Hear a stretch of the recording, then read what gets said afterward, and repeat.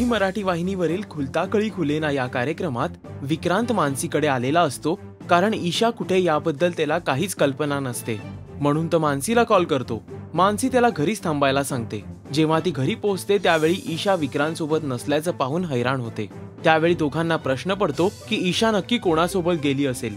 म्हणून ती गीता काकीला कॉल करते, पण गीता काकी त्यांना उत्तरते की ईशा माझ्यासोबत नाही.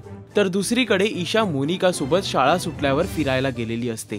मोनिकाने जाणून बुजून ईशाला शाळा सुटल्यावर पिकअप केलेलं असतं, जेणेकरून मानसी आणि विक्रांतला त्रास होईल.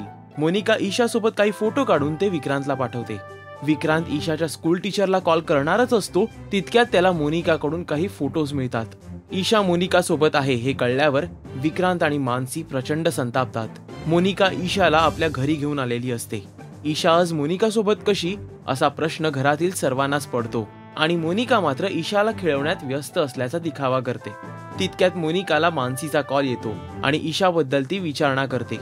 तेव्हा मोनिका तिला उर्मटपणे उत्तरते की जर तुला ईशा पाहिजे असेल तर तू घरी ये आणि तिला घेऊन जा. मानसीला मोनिकाच्या या कृत्याचा राग येतो. जेव्हा ती घरी पोहोचते त्यावेळी मानसीला ती छोटी मम्मा आणि मोनिकाला मोठी मम्मा असं संबोधते. पण ईशासमोर वाद घालायचा नाही असं मानसी विक्रांतला बजावते. मानसी जेव्हा ईशाला घरी घेऊन जाते त्यावेळी तिला शाळा सुटल्यावर तुम्ही काय केलं असं जेव्हा ती प्रश्न करते त्यावेळी ते सिक्रेट आहे असं ईशा तिला सांगते. शेवटी विक्रांत फोनवरून ईशा सोबत बोलतो. त्यावेळी त्याला कळतं की मोनिका सोबत तिने काय केलं आणि कुठे गेली होती. मात्र विक्रांतचा राग अनावर झालेला असतो, त्यामुळे मोनिकाला चिडूनच तो याचा जाब विचारू लागतो.